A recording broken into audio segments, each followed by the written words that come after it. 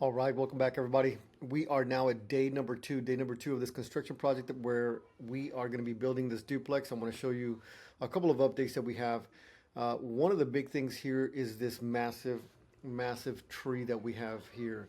So if you notice this very top part here, these are high tension power lines. And so what we don't want is any of that stuff to be touching any of the tree. The tree has already got zapped. Some of you guys have seen that video. But right now, what we have is we have the electricity company, the power company, Entergy, out there, and they are going to be working on cutting away some of those limbs that are touching the power lines or close to touching the power lines. So this is a free service that they offer, but this is before they even get started. This tree is very big and very overgrown, and it's not going to be impeding on the actual construction, but I do want to just minimize it as best as I can.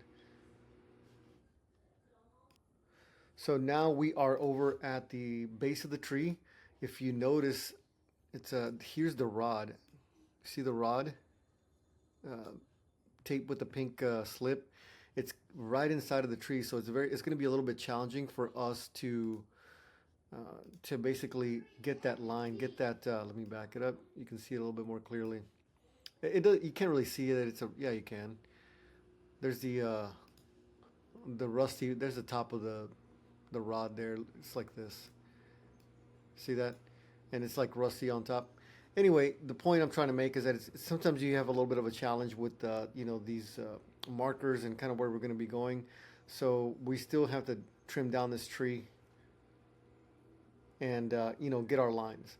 And basically, what I mean by get our lines is going to be, we want to be able to see where the 25 building setback lines are going to be, because we don't want to be over that. And then how do we get a line from here all the way to the back of the property this way, to basically just show that. So we just did a couple of things.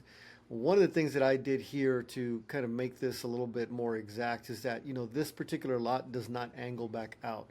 And what I mean by that is that the width at the front and the back is going to be the same. So because this line out here on this side is a straight line and there's no anything in between there, there's no trees, there's nothing that just keep it. So it's from rod to rod. And so what we did is we measured from the back side, we measured just to make sure we found this rod in the back. But because this one is hidden over here, right, is hidden in the tree. So what I did is we have the nylon tape. We just measured from that side to the back of the tree to get the same distance, so that we could put another stake just to mark on the back side of the tree, just to be able to mark an approximate location, so we could get our distance from this little marker here, 7+ feet that it needs to be. All right, now let's move on here to the next one. So on here you can see that the Entergy people have already left and they've cleared out a lot of this stuff. Some of the tree has been cut away, but it's not really as much as I would like, quite frankly. And they're just going to do that part. They're not going to do more than they need to, which is fine. But we have to work around that stuff. So let me show you here. Basically, oh, give me a second. Let me back up. This particular video, I wanted to show you guys the fill dirt. This is what's considered fill dirt. This hard orange compact stuff gets really slippery when it's wet. But this is the stuff that we use to put the foundation on. Now, the guys that are going to be doing the foundation work are going to be essentially putting some forms on top of this. And what I mean by forms is just these pieces of 2x10s or 2x12. They're going to be going around here, doing the form for the foundation. And then once those are in, the guys are going to be doing, the concrete guys are also going to be doing the footings. The footings is just going to be the trenches where the deepest part of the foundation are going to be. So anyway, this guy uses this big truck and they compact it as much as they can. These guys do a fantastic job. This is the foundation. This is something that you definitely need to spend a good bit of time doing, and you need to make sure that it's done correctly.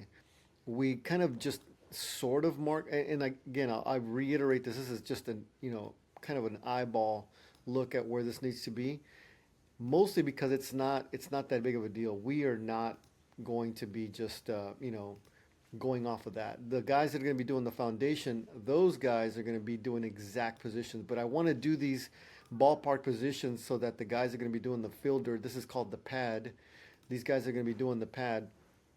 They have an idea of approximately where the foundation is going to be going so that they know where to do the field dirt, so there's enough compaction here on all this area, so that way it just holds in really, really nice and tight and snug once these guys are doing the field dirt.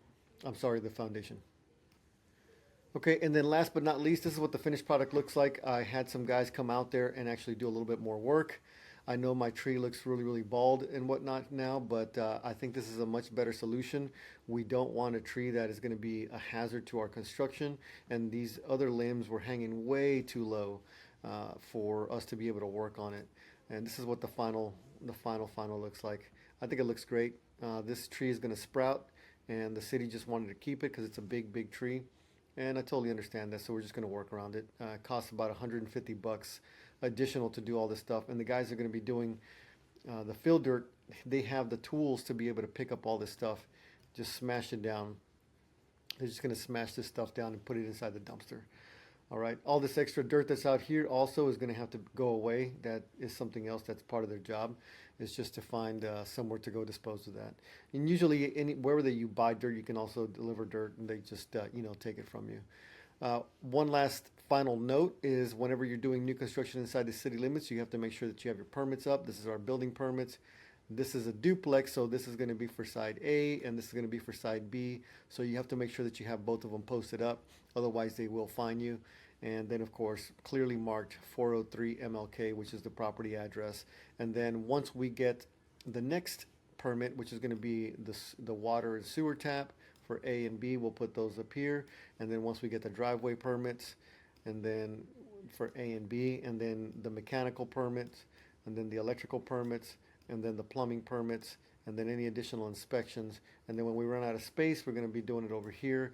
And if you notice here, one of the things that I like to do is I like to laminate these, mostly because of the weather. Otherwise, these will not last very long.